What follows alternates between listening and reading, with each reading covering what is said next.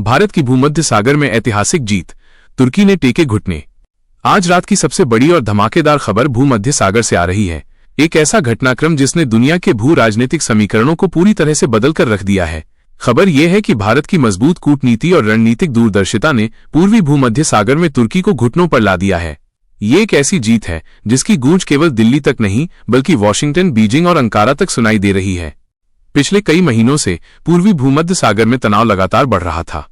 तुर्की की विस्तारवादी नौसैनिक गतिविधियां, खासकर विवादास्पद जल क्षेत्रों में तेल और गैस की खोज को लेकर ग्रीस और साइप्रस जैसे क्षेत्रीय सहयोगियों के लिए एक बड़ा खतरा बन गई थीं। अंतर्राष्ट्रीय मंचों पर बयानबाजी और नौसैनिक शक्ति प्रदर्शन चरम पर था, लेकिन कोई भी बड़ा पश्चिमी देश तुर्की को सीधे चुनौती देने को तैयार नहीं था। इसी बीच एक अप्रत्याशित मोड़ आया।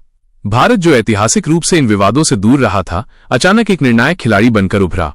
भारत ने अपने राष्ट्रीय हितों को हिंद प्रशांत से भूमध्य सागर तक जोड़ते हुए एक ऐसा दांव चला जिसने तुर्की के पूरे समीकरण को ध्वस्त कर दिया। ये कहानी सिर्फ नौसेना की ताकत की नहीं बल्कि एक सुनियोजित आर्थिक और कूटनीतिक दबाव की है। नई दिल्ली ने सबसे पहले अपने पुराने और नए सहयोगियों इजराइल, यूएई, संयुक्त अरब अमीरात और मिस्र के साथ एक गोपनीय सामरिक गठबंधन को अंतिम रूप दिया। इस गठबंधन का मुख्य उद्देश्य तुर्की के क्षेत्रीय प्रभुत्व को चुनौती देना और अंतर्राष्ट्रीय समुद्री कानूनों का पालन सुनिश्चित कराना था। भारतीय विदेश मंत्रालय ने तुरंत संयुक्त राष्ट्र सुरक्षा परिषद यूएनएससी में तुर्की के कार्यों के खिलाफ एक कड़ा प्रस्ताव पेश किया, जिसमें समुद्री क्षेत्र में अस्थिरता पैदा करने के लिए अंकारा की निंदा की गई। हालांकि तुर्की के सहयोगियों ने इस प्रस्ताव को वीटो करने की कोशिश की, लेकिन भारत की शक्तिशाली कूटनीतिक पैरवी ने उन्हें अलग थलग कर दिया। भारत ने स्पष्ट संदेश दिया कि तुर्की के साथ उसका व्यापारिक और रक्षा सहयोग दांव पर है। कूटनीतिक दबाव के साथ साथ भारत ने एक बड़ा आर्थिक झटका भी दिया। भारत, जो तुर्की के साथ एक महत्वपूर्ण व्यापारिक भागीदार है और तुर्की की निर्माण तथा रक्षा उद्योग में निवेश करता है, उसने अचानक तुर्की से आने वाले कुछ प्रमुख निर्यात वस्तुओं पर उच्च शुल्क लगा दिया। इसके अलावा भारत ने तुर्की की कमजोर होती अर्थव्यवस्था में निवेश करने वाली अपनी निजी और सरकारी कंपनियों को समीक्षा करने का निर्देश दिया। तुर्की की लीरा पर इसका तुरंत और विनाशकारी प्रभाव पड़ा। लेकिन असली गेम चेंजर था भारत का ऑपरेशन सागर शक्ति। भारतीय नौसेना ने आधिकारिक तौर पर अपने एंटी पायरेसी और मैरीटाइम सिक्योरिटी मिशन के तहत स्वेज नहर के माध्यम से पूर्वी भूमध्य सागर में एक तेज नौसैनिक बेड़ा भेजा। इस बेड़े में एक परमाणु संचालित पनडुब्बी, एक अत्याधुनिक विध्वंसक और कई मिसाइल फ्रिगेट शामिल थे। ये सिर्फ प्रतीकात्मक उपस्थिति नहीं थी, बल्कि ये तुर्की के नौसैनिक जहाजों के नजदीक अंतर्राष्ट्रीय जल क्षेत्र में एक मजबूत सैन्य मौजूदगी थी। तुर्की, जो लंबे समय से पाकिस्तान को समर्थन देता रहा है और भारत के आंतरिक मामलों में हस्तक्षेप करता रहा है, उसके लिए ये एक अप्रत्याशित और अस्वीकार्य चुनौती थी। भूमध्य सागर में भारत की इतनी बड़ी नौसैनिक उपस्थिति ने तुर्की के सैन्य योजनाकारों को चिंता में डाल दिया।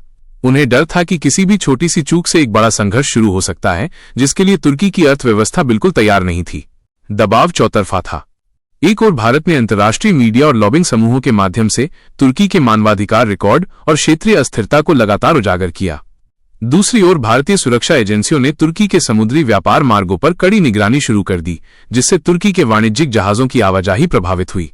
तुर्की की सरकार को जल्द ही एहसास हो गया कि इस टकराव की कीमत उनकी राष्ट्रीय सुरक्षा और अर्थव्यवस्था के लिए बहुत भारी पड़ने वाली है। सूत्रों के अनुसार पिछले 72 घंटों में दोनों देशों के राष्ट्रीय सुरक्षा सलाहकारों के बीच गोपनीय बातचीत हुई। भारत की शर्त साफ थी, तुर्की को न सिर्फ विवादित क्षेत्रों से अपने सभी अन्वेषण पोतों और नौसैनिक जहाजों को तत्काल वापस बुलाना होगा, बल्कि भविष्य में अंतर्राष्ट्रीय समुद्री कानूनों का सख्ती से पालन करने की सार्वजनिक प्रतिबद्धता भी देनी होगी। और आखिरकार तुर्की ने अंतर्राष्ट्रीय दबाव और भारत की अदम्य रणनीतिक ताकत के सामने घुटने टेक दिए। आज शाम को तुर्की के रक्षा मंत्रालय ने एक संक्षिप्त बयान जारी किया, जिसमें घोषणा की गई कि वे क्षेत्रीय शांति और कूटनीतिक समाधान को एक अवसर देने के लिए अपनी सभी नौसैनिक और अन्वेषण गतिविधियों को विवादित क्षेत्र से स्थायी रूप से वापस ले रहे हैं। ये एक ऐतिहासिक क्षण है। ये जीत सिर्फ क्षेत्रीय विवाद की नहीं है, बल्कि ये हिंद प्रशांत से लेकर भूमध्य सागर तक भारत की बढ़ती वैश्विक पहुंच, उसकी आर्थिक ताकत के प्रभावी इस्तेमाल और उसकी नई आक्रामक कूटनीतिक नीति का प्रमाण है। भारत ने ये दिखा दिया कि वो अब केवल दक्षिण एशिया तक सीमित नहीं है, बल्कि एक वैश्विक शक्ति है जो अपने और अपने सहयोगियों के हितों की रक्षा के लिए दुनिया के किसी भी कोने में निर्णायक कार्रवाई करने में सक्षम है। तुर्की के लिए ये एक कड़ा सबक है। उन्होंने शायद भारत की मौन शक्ति को कम आंका। इस घटना ने तुर्की को मजबूर कर दिया है कि वो अपनी विदेश नीति की समीक्षा करे और भारत के साथ अपने संबंधों को फिर से परिभाषित करे। इस घटनाक्रम पर अमेरिका, यूरोपीय संघ और रूस की क्या प्रतिक्रिया है? क्या ये भारत को संयुक्त राष्ट्र सुरक्षा परिषद में स्थायी सीट दिलाने की दिशा में एक बड़ा कदम है?